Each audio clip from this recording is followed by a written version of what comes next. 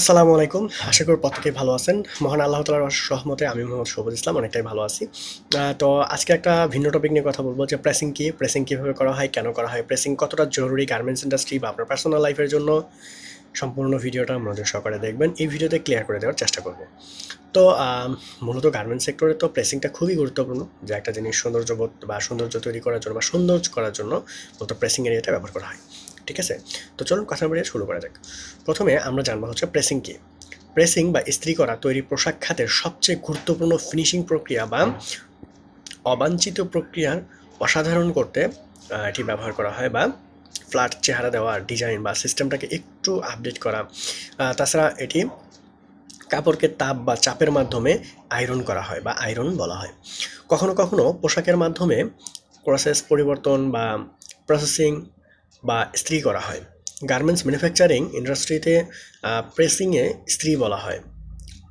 চাপ বা ইস্ত্রি করার উদ্দেশ্য আসলে কেন ইস্ত্রি করা হয় বা আসলে প্রেসিং করা হয়? প্রেস করা হয় ইস্ত্রি করার বিভিন্ন ধরনের উদ্দেশ্য রয়েছে, যে উদ্দেশ্যগুলো হচ্ছে অবাঞ্ছিত ক্রসেস বা ক্রিন্সলেন্স অপসারণ করা বা ভাঁজ কুচকানো যে জিনিসগুলো আছে সেগুলোকে অপসারণ করা। ২ নম্বর হচ্ছে একটি সঠিক আকার দেয়া যে হ্যাঁ এটা এইভাবেই হবে। ৩ নম্বর হচ্ছে যেখানে প্রয়োজন সেখানে প্রয়োগ করা যায় যে আসলে এটা এইভাবে ফ্ল্যাটিংয়ে থাকবে। তো আপনি যখন প্রেস করবেন তাপ এবং চাপের মাধ্যমে তখন এটা সুন্দর একটা শেপে চলে আসবে। ঠিক আছে? তারপর যেটা করবেন সেটা হচ্ছে যে চাপের অধীনে সমান করা, যে একটা চাপ দেওয়ার পর এটা সমান হয়ে যাবে। চূড়ান্ত প্রেসিং উপরে সমস্ত বিষয়গুলো দেখলে আমরা একটা জিনিস দেখতে পারবো যে চাপ এবং তাপের কারণে কাপড়টাকে আপনি যে সৌন্দর্যে নিয়ে আসতে যাচ্ছেন সেই সৌন্দর্যেই সেটা চলে আসতেছে। পোশাক তৈরির সময় বিভিন্ন ধরনের অবাঞ্ছিত ক্রিজ এবং স্কেলস দেখা যায়। পোশাকের ধোয়ার কারণে ওইগুলি বা পোশাক যখন তৈরি করে না তখন একটা কেমন জানি এলোমেলো দেখা যায়। যখন আপনি প্রেসিং করবেন তখন দেখবেন এটা সুন্দর একটা আকার চলে আসছে। ঠিক আছে? পোশাকের ডার্ট এবং সিম ডার্ট এবং সিম পরিধানকারীকে সঠিক আকার দেওয়ার জন্য ব্যবহার করা হয়। ডার্ট এবং সিম ব্যবহার করে তৈরি আকৃত সৌন্দর্য এবং আকর্ষণীয়তা বাড়ানোর জন্য এখানে এখানে মূলত প্রেসিং ব্যবহার করা হয়ে থাকে। কিছু ক্ষেত্রে একটি আকার দেওয়ার জন্য পোশাককে অংশগুলিকে সংকুচিত ও প্রসারিত করতে হয়।